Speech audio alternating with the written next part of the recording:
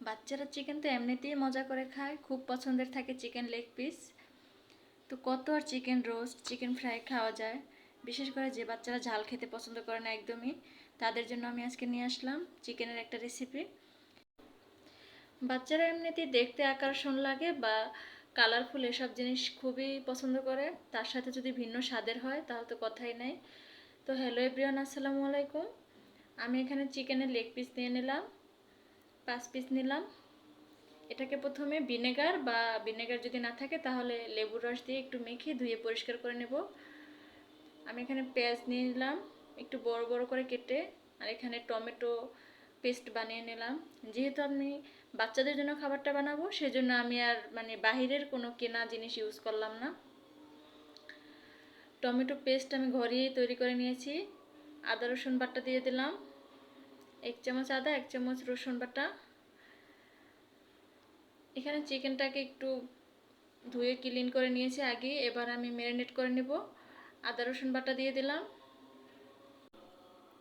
এবার কর্নফ্লাওয়ার দিয়ে দেব। কর্নফ্লাওয়ার যদি না থাকে তাহলে আটা বা ময়দা আপনার হাতের কাছে যা থাকবে সেটাই দিতে পারবেন, তবে কর্নফ্লাওয়ার হলে ভালো হবে। লবণ স্বাদ মতো দিয়ে মেখে আধা ঘন্টার মতো রেস্টে রেখে দেব। হলুদ আপনি চাইলে দিতে পারেন, না চাইলে স্কিপ করতে পারেন, এটা জরুরি না। তবে ঝাল যেহেতু দেব না, তাই মরিচের গুঁড়ো দিলাম না।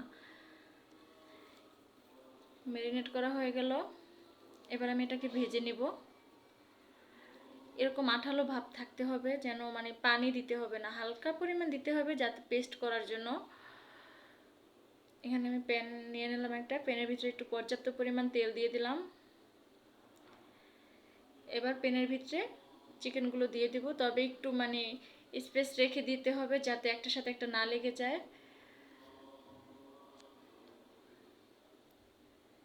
এবার এপিস ওপিস করে ভালোভাবে ভেজে নিতে হবে। আমার চিকেনগুলো ফ্রাই করা হয়ে গেছে, এবার আমি তুলে নেব।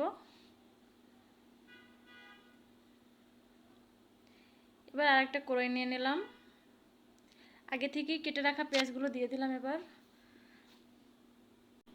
পেঁয়াজটাকে 2 মিনিটের মতো কুক করে নেব। এবার আমি টমেটো পেস্ট করেছি আগে দিয়ে রেখেছি, সেটাকে দিয়ে দেব। আদা রসুন বাটা দিয়ে দেব এবং স্বাদ ব্যালেন্সের জন্য চিনি দিয়ে দেব, একটু টেস্ট মতো লবণ দিতে হবে। এবার এটাকে ভালোভাবে কষিয়ে নিয়ে 2 চামচের মতো কর্নফ্লাওয়ার দিয়ে দিলাম।